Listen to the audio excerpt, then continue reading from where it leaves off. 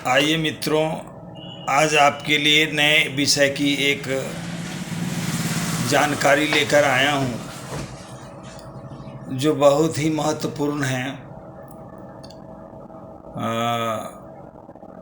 जैसे हम सभी जानते हैं कि अपने देश में जो संविधान है, कहने के लिए तो एक लोकतांत्रिक देश है, सभी के लिए समान कानून है, बट आप विश्लेषण करेंगे तो पता चलेगा कि अलग अलग श्रेणी के लोगों के लिए अलग अलग तरह की व्यवस्थाएं इसमें छुपी हुई है जो समानता का अधिकार नहीं देती। उदाहरण के तौर पे आप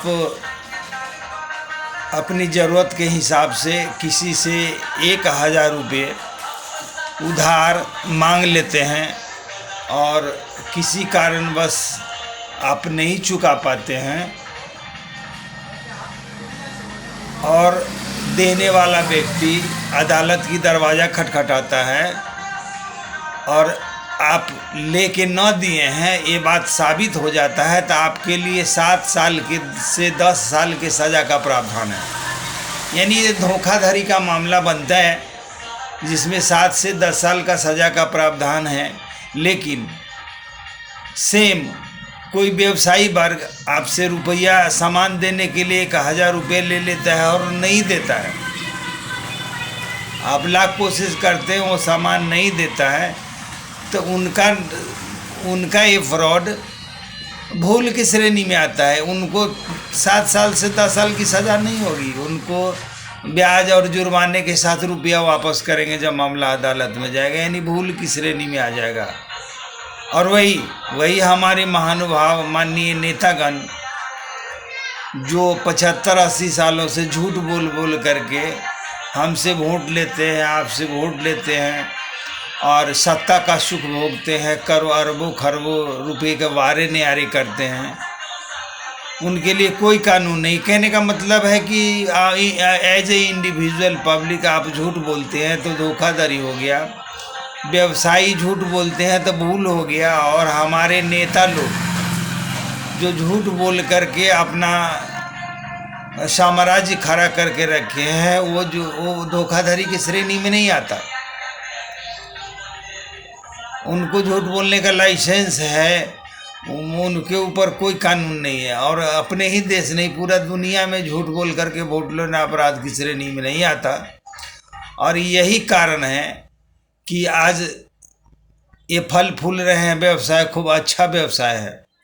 और सेम उसी तरह से और एक और बिंदु लेते हैं, उदाहरण के तौर पर आप जानबूझ करके या अनजाने में या दुर्भावना से प्रेरित होकर किसी को चाकू मार देते हैं, गोली मार देते हैं, उनकी हत्या हो जाती है, तो आपके लिए पहले वाली धारा 302 थी, अब नया क्या बना है सो हमको नहीं याद है, तो आपको 14 साल की सज़ा होती है।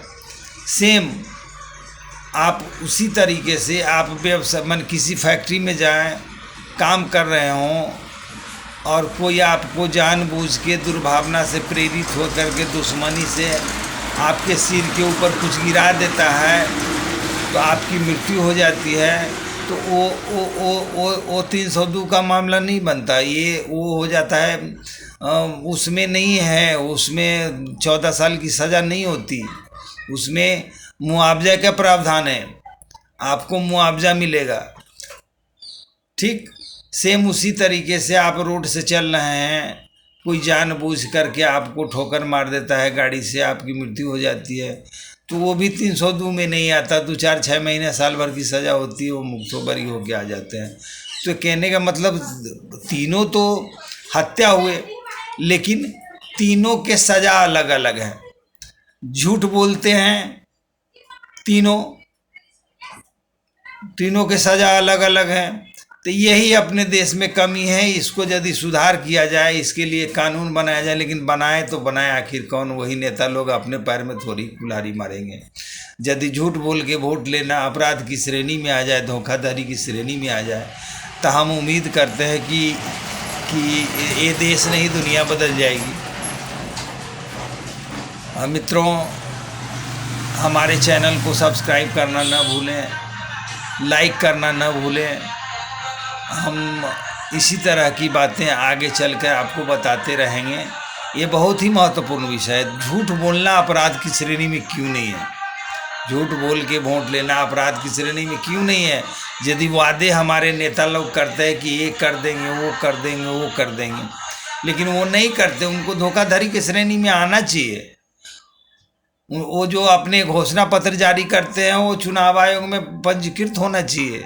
चुनाव के बाद 5 साल बीतने पर वो नहीं उस चीज़ को पूरा करते हैं।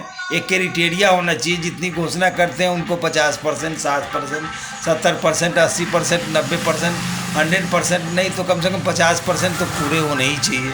यदि ऐसा नहीं होता है तो उनके ऊपर धोखाधड़ी का मुकदमा चलाया जाना चाहिए। उन दल को प्रतिबंधित किया जाना चाहिए ताकि इन चीज़ों को पुनरावृत्ति नहीं हो और झूठ बोलने की परंपरा को रोका जा सके। धन्यवाद। हम फिर अगले वीडियो में मिलेंगे नई जानकारी के साथ।